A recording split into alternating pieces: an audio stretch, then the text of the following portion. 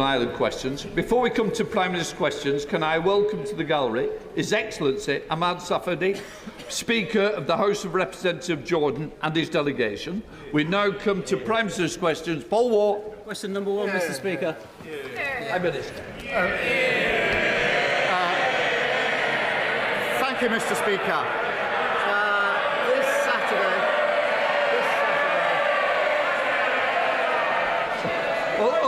OK, there seems to be a bit of a challenge on who can cheer the most. I've never known one Prime Minister get as much cheering. Come on, Prime Minister.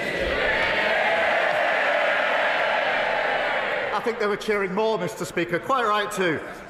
This Saturday marks the 77th birthday of our National Health Service. And I want to begin by thanking our dedicated NHS staff for their service. And in that 77th year, I'm proud that this Labour government has delivered 4 million extra appointments, 1,700 more GPs, and the lowest waiting list for 2 years. Mr. Speaker, the Labour Party is proud to have been the party that created the NHS, and tomorrow we're announcing our 10-year health plan to build an NHS fit for the future so that in many years and decades to come we can still proudly celebrate the anniversary of the NHS. Mr. Speaker, may I also wish England and Wales the best of luck in the Women's Euros. And, of course, congratulate England's under-21s on retaining the Euros. Mr. Speaker, this morning I had meetings with ministerial colleagues and others. In addition to my duties in this House, I shall have further such meetings later today. Thank you, Mr. Speaker. When this Labour government extended free school meals to 500,000 more children last month, Laura, a working mum in Rochdale, told me it would save her £500 a year. She said, "I'm over the moon, only Labour would have done this." Does the Prime Minister agree with me that people voted Labour a year ago not just for change but for hope, and that cutting child poverty is the moral mission of this government to help every child in this country? Mr. Speaker, I'm really proud that we extended free school meals for another 500,000 children, including Laura's. And it's people like Laura that we have in our mind's eye and giving children the best start in life. And I think the Child Poverty Task Force visited Rochdale recently and will continue to back parents like Laura. But, Mr. Speaker, we've already started not just free school meals being rolled out, free breakfast clubs, extending childcare. That's real change under this Labour government. Opposition, Kemi Badenoch. Mr. Speaker, can I first of all take this opportunity to congratulate the member for Rochdale for being the toady of the week, helping the Prime Minister. We all know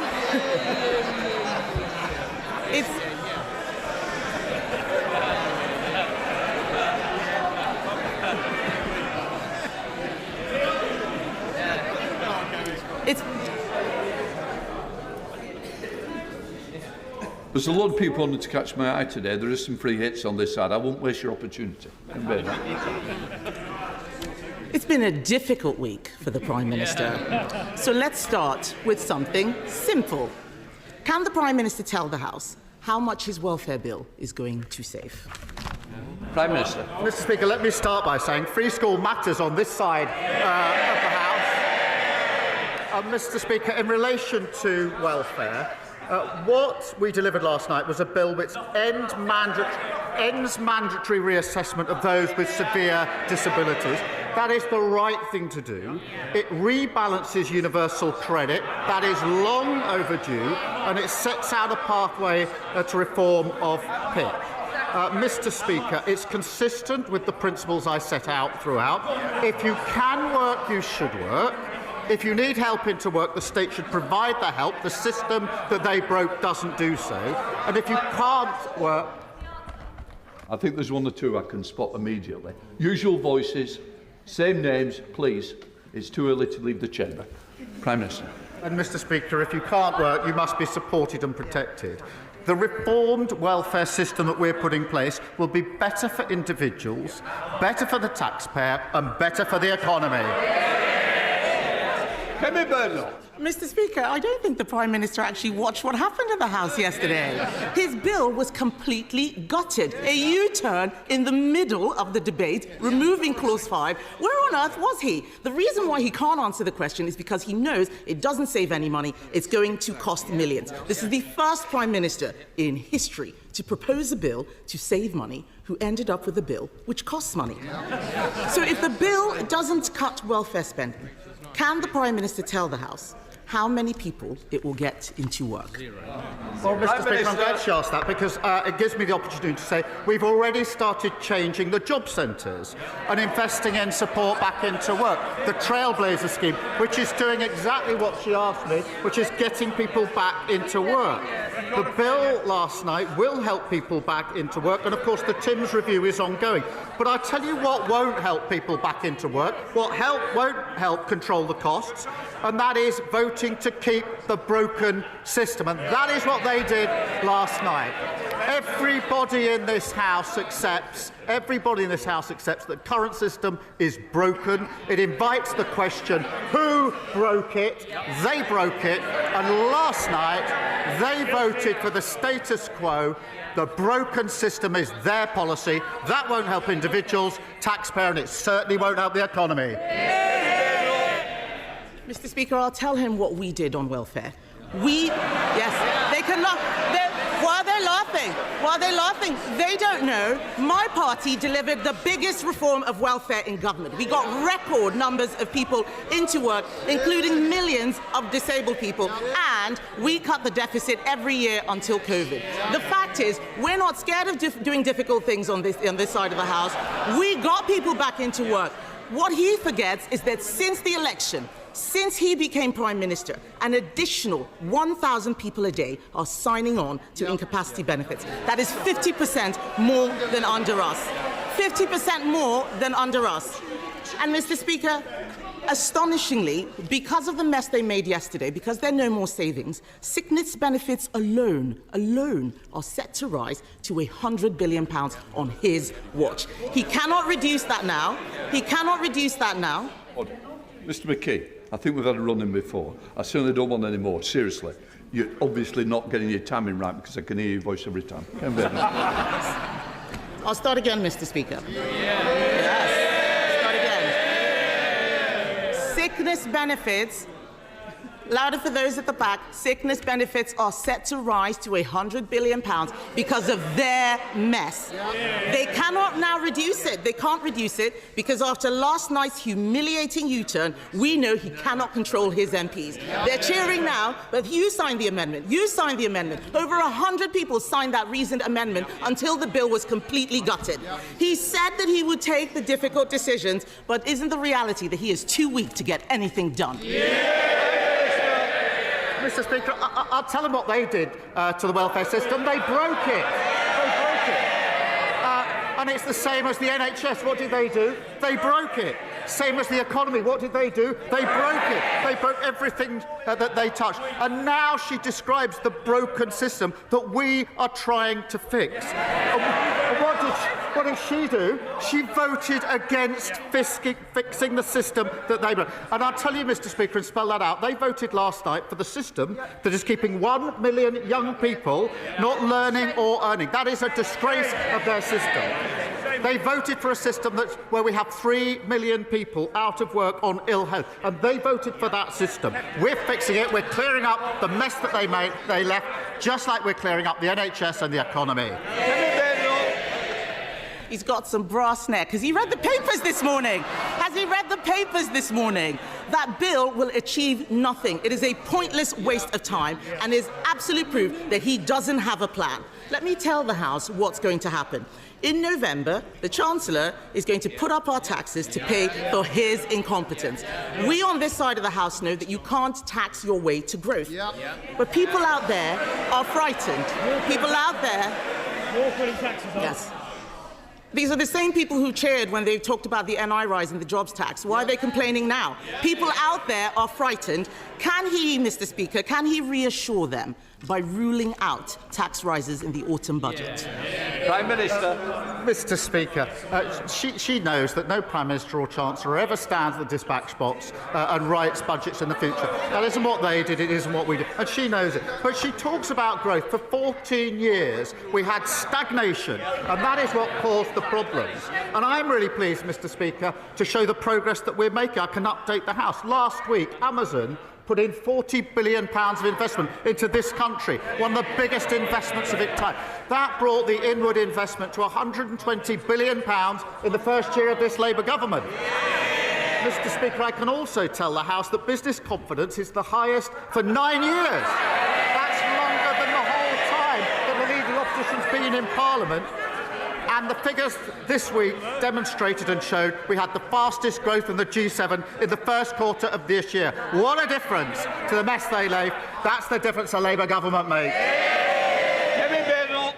Mr. Speaker, he talks about jobs. Unemployment has risen every month since Labour took office. Has he spoken to Nissan, by the way, and looked at what's happening there? This man has forgotten that his welfare bill was there to plug a black hole created by the Chancellor. Instead, they're creating new ones. They're creating new ones. She looks... Mr. Speaker, she's pointing at me. She looks absolutely miserable. Labour MPs, yeah, she looks absolutely miserable. Labour MPs, they can point as much as they like. The fact is, Labour MPs are going on the record saying that the Chancellor is toast, and the reality is that she is a human shield for his incompetence. In January, he said that she would be in post till the next election. Will she really? Prime Minister. Well, she certainly won't. Mr. Speaker, I have to say I'm always cheered up when she asks me questions or responds to a statement, because she always makes a complete mess of it and shows just how unserious and irrelevant they are. But she talks about the black hole. They left a £22 billion black hole in our economy, and we're clearing it up. And I'm really proud, Mr. Speaker, that in the first year of a Labour government we got free school meals, breakfast clubs, childcare, got £15 billion invested in transport in the North and the Midlands. We're cutting regulation, planning and infrastructure is pounding forward, building 1.5 million homes, the biggest investment in social and affordable housing, and of course, Mr. Speaker, the 3 trade deals. Remember the ones that they couldn't get, including the US trade deal. On Monday, those tariffs came down. That secured the jobs at JLR. That's who we care about on this side of the House. How awful for the Chancellor that he couldn't confirm that she would stay in place. Yeah. He talks about this year in office. This week marks the first anniversary of Labour coming into office. And let's have it. Yes. The whips can't get them in the lobbies, but they can get them to cheer at the right time. Yeah. The fact is, his own MPs are saying this government is, and I quote, incoherent and shambolic. That's Liverpool Wavertree that said that. I could go on and on.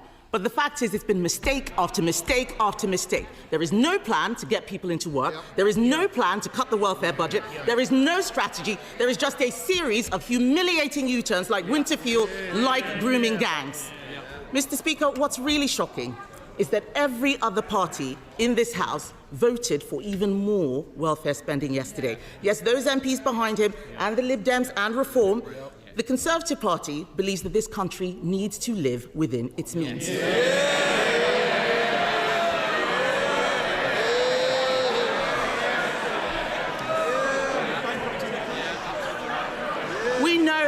We know what we believe, Mr. Speaker, but this is a Prime Minister who has U-turned on everything he's done in office, including his own speeches, because he doesn't know what he believes. With left-wing Labour MPs now running the government, isn't it working people who will now pay the price? Mr. Speaker, this is why she always cheers me up. She talks about living within their means, having left a £22 billion black hole. Mr. Speaker, she talks about the first year. I'm really proud of our first year in government. We promised, Mr. Speaker, 2 million extra NHS appointments. We've delivered 4 million. A promise made and a promise delivered. We promised the biggest upgrade to workers' rights in a generation within the first 100 days. Promise made, promise delivered. We promised free breakfast clubs. That's a promise made and a promise delivered. bonuses for water bosses who pollute our rivers. That's the mess they left. A promise made and a promise delivered. Creating GB Energy. A promise made and a promise delivered. The largest increase in defence spending since the last Labour government. A promise made and a promise delivered. And putting more money in the pockets of working people, particularly the 3 million who are the lowest paid through the national minimum wage. A promise made and a promise delivered. We're only getting started, and the Chancellor has led on all these issues, and we're grateful to her for it. Natasha Iron. Thank you, Mr Speaker. Mr Speaker, unlike the members opposite, this government has not dragged its feet in banning zombie knives, ninja-style swords and its effort to tackle knife crime. And in Croydon, where youth violence has cast a devastating shadow across our communities, our local police is running a surrender scheme this month to get these dangerous weapons off our streets. So will the Prime Minister join me in commending the tireless work of Croydon's police officers? And will he outline what his government is doing to ensure the Met Police has the resources it needs both to protect neighbourhood policing and to face the unique challenges that they face? Prime Minister. Well, she's right to raise the importance of banning these despicable weapons, and I know how much she cares about this issue. The ban on zombie knives and machetes came into effect last year, and the ban on ninja swords will come into effect this August. The Crime and Policing Bill will increase penalties for illegal sales and give the police new powers to seize knives. Mr Speaker, I have to say this. What did the party opposite do when we put that bill before the House to take these measures? They voted against it. And knife crime went up, soared on their watch, and they've clearly learned absolutely nothing. Sir Ed Davey, Leader of the Liberal Democrats. Thank you, Mr Speaker. Yesterday, the government was asking this House to vote for a law that would mean someone with a condition like Parkinson's or multiple sclerosis would qualify for a personal independence payment today, but someone diagnosed with the same condition with the very same symptoms in a few months' time would not. We all know that the cost of welfare needs to come down, but that was not a fair way to do it. Until he lost control yesterday, the Prime Minister was arguing for that approach. Has he changed his mind on this or not? Prime Minister. Mr Speaker, the Stephen Timms review will take place. It's a very important review to look into this issue. But what we did do last night was end mandatory reassessments for those with severe disabilities. I thought that he and his party cared about things like that. It's the right thing to do, and they voted, Mr Speaker, against it. We rebalanced universal credit, long overdue. I think he believes that. But what did he do last night? He voted against it. We set out a pathway to reform PIP, something he argues for every week. And what did he do when he had the chance? He voted against it. Sir Ed Davey. Mr Speaker, the House and his backbenchers will note that he didn't answer my question. Moreover, if he looked at our proposals for welfare reform, for cutting down the bill, he wouldn't be in the mess that he's in. But moving on, Mr Speaker, from Hillsborough to Grenfell, Primados to Horizon, the contaminated blood scandal to nuclear test veterans, the bereaved and survivors of some of our country's most appalling scandals have come together to call for a legal duty of candour and the secondary duty needed to make it practical and effective for investigations and inquiries. Now they're frightened that the government is watering down these proposals to such an extent that they would be toothless. So after months of delay, can the Prime Minister reassure campaigners that his Hillsborough Law will include a real legal duty of candour as he promised? Prime Minister. Yes, it will. And as he may know, I've known some of the families from Hillsborough for many years now. I met them over a decade ago and know exactly what they have been through, and the various other groups that have suffered similar injustices with similar follow-up, which is an additional injustice on top of the original injustice. And that's why we will bring forward a Hillsborough Law. It's a commitment I've made. I have been talking to the families in recent weeks, personally myself, to make sure that we get this right, and it is important that we get it right, but it will have a legal duty of candour. Kim Johnson. Thank you, Mr Speaker. Follow-on question. The Prime Minister visited my constituency in 2022 and told families, and I quote, "One of my first acts will be to put the Hillsborough Law on the statute book." Repeated the same promise at conference last year that the bill would be published at the anniversary in April. That didn't happen. However, the government are now planning to table a watered-down version that doesn't deserve to be named Hillsborough Law. After PMQs, my honourable friend, the member for Liverpool West Derby, will introduce the real Hillsborough Law. So can the Prime Minister finally honour his promise and back the law in full? If not, why not? Prime Minister. I'm grateful to her for raising this and remember well the visit that we had.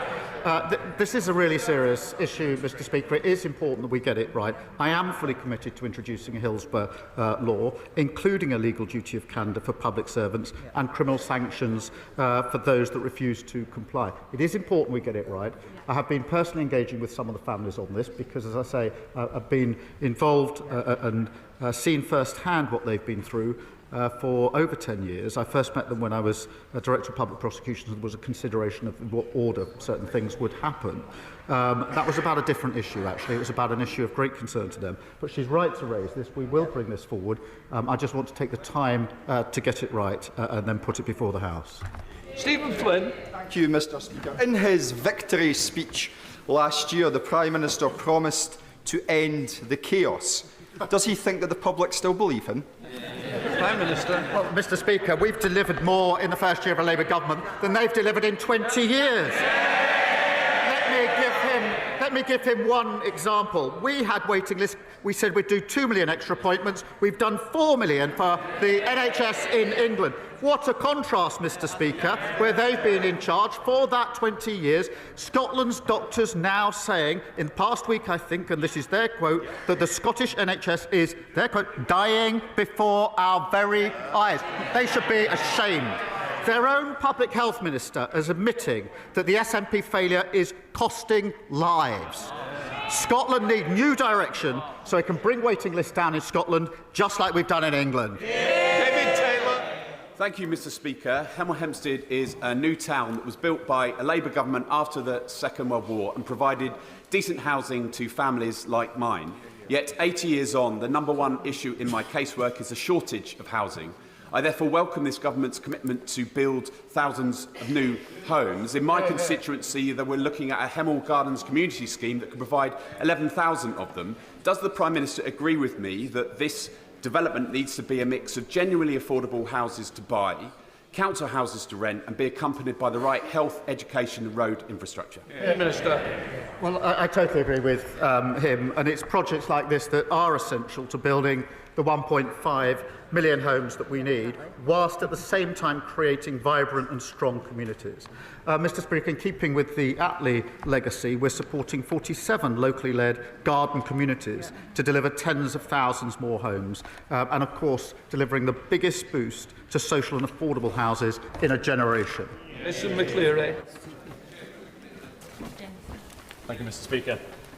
On Monday afternoon this week, a 4-year-old girl was seriously injured after being hit by a car on Lewis Road, just off the A259 in Newhaven, in my constituency. I can report to the House that she's recovering well in hospital. Residents in Newhaven, Seaford and nearby Sussex coastal towns have been warning about how unsafe these roads are. Indeed, the County Council submitted a fully costed plan for safety improvements on the A259 to government, but funding remains blocked.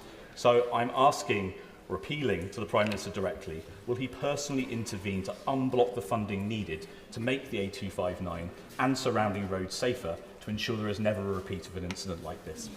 Prime Minister. Well, I'm very sorry to hear of the incident that he quotes, and my sympathies with the family, and I think I would send the best wishes of the whole House to the family and to the little girl.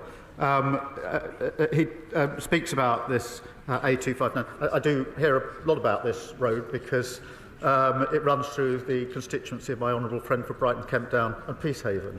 And I know it needs addressing, and I know how strongly they've both been raising this and campaigning on it. A decision is going to be set out shortly. I think he has met the Roads Minister, but I'll make sure that he's kept fully updated of developments. Olivia Bailey. Thank you, Mr Speaker. I am proud to represent thousands of people working in the defence sector. Ordinary people doing extraordinary jobs to keep our country safe. And I was delighted that the Defence Secretary recently joined me in my constituency to mark this government's £15 billion investment in the atomic weapons establishment. Does the Prime Minister agree with me that our commitment to defence sector investment is vital not just for our national security, but for jobs, opportunity and growth in constituencies like Reading West and Mid-Berkshire? Prime Minister. Well, I pay tribute to her, and she's a fantastic advocate for her constituents. She's right to highlight the important work by the defence sector in her constituency and, of course, right across the United Kingdom. We are investing £15 billion in our sovereign nuclear warhead programme. That will support, Mr Speaker, nearly 10,000 jobs, including many in her constituency. And that's the defence dividend in action, a historic boost to defence spending, represented and reflected in good, well-paid jobs across the United Kingdom. Adrian Ramsey. Thank you, Mr Speaker. Given that the government appears to be in listening mode, will the Prime Minister agree to scrap other measures that are pushing more people into poverty, such as the cruel two-child benefit cap and the harsh and totally unacceptable cuts to universal credit for ill and disabled people, which remain in yesterday's dog's breakfast of a bill? Prime Minister. Well, Mr Speaker, I don't want to be ungenerous, but I don't think I'm going to be listening to him or his party. They were the ones that put an £80 billion unfunded tax commitment before the electorate at the last election. And they're the ones that talk about change and clean power, but every single time there's an infrastructure project or there's any change that's needed, they block it, including their own constituencies. Joe White. Thank you, Mr Speaker. Whilst we all revere the football stars of the past, many are struggling with welfare issues, including organised financial fraud and head injuries linked to the onset of dementia. May I give the Prime Minister this letter on player welfare from 303 former players. Local champions like John Stiles and international superstars including Kevin Keegan and Graham Souness have signed it. Would he agree to request to meet a group of ex-players as cited in the recent letter to the Prime Minister from one of his heroes, Michael Thomas, who of course shone when he played for Arsenal and Liverpool? Prime Minister. Can I just start by congratulating Dawn Assel on her recent and richly deserved MBE for her work on behalf of former players. I do remember Michael Thomas very well, putting that goal in injury time, Mr Speaker, in 1989 to take the lead. It was a fantastic victory. I have had the pleasure of meeting him and actually discussing with him the very campaign that she raises. I'll certainly meet him again, because athletes have brought us so much joy. We should have proper support from their sporting bodies on health and welfare, and we will ensure that they do. Steph Aquarell. Thank you, Mr Speaker, and I refer members to my role as a serving county councillor. Mr Speaker, July is Good Care Month, and Jane Austen told us the best place for convalescence by the sea is Cromer in my constituency. However, thanks to Norfolk's Conservative County Council, Cromer risks losing its convalescence facility forever. Reablement centres like Benjamin Court are exactly what the NHS needs, and yet the Tories are shutting it down. Will the Prime Minister ensure that the relevant Health Minister meets with me and concerned local campaigners to discuss what could be done to save Benjamin Court? Prime Minister.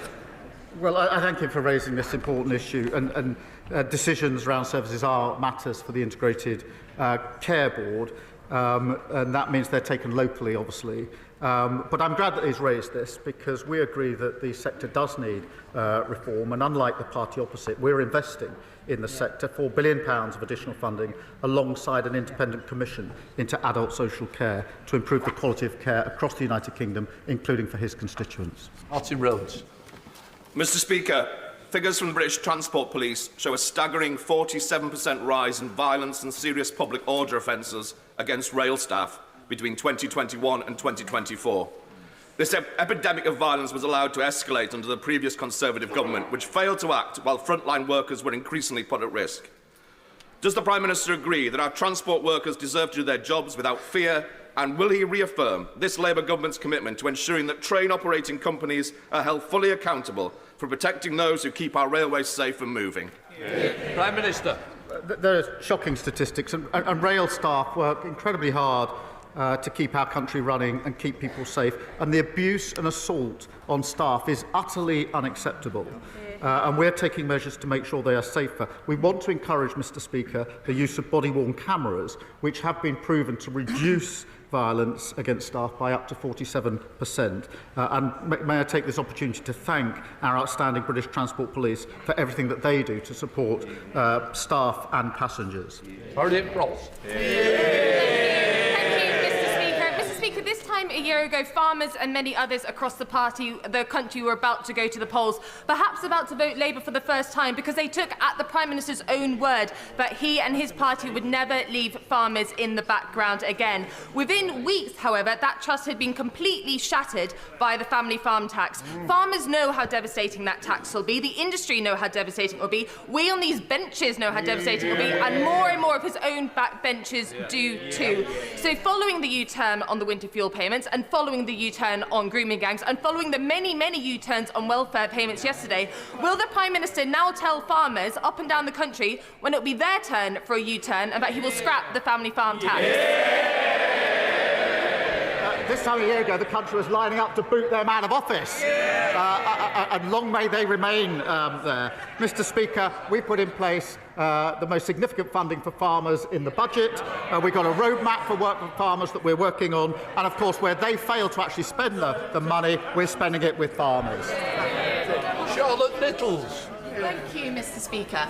The nuclear industry provides over 29,000 jobs across the North West, including thousands in Birchwood Park in my constituency, which is a globally leading centre of nuclear innovation.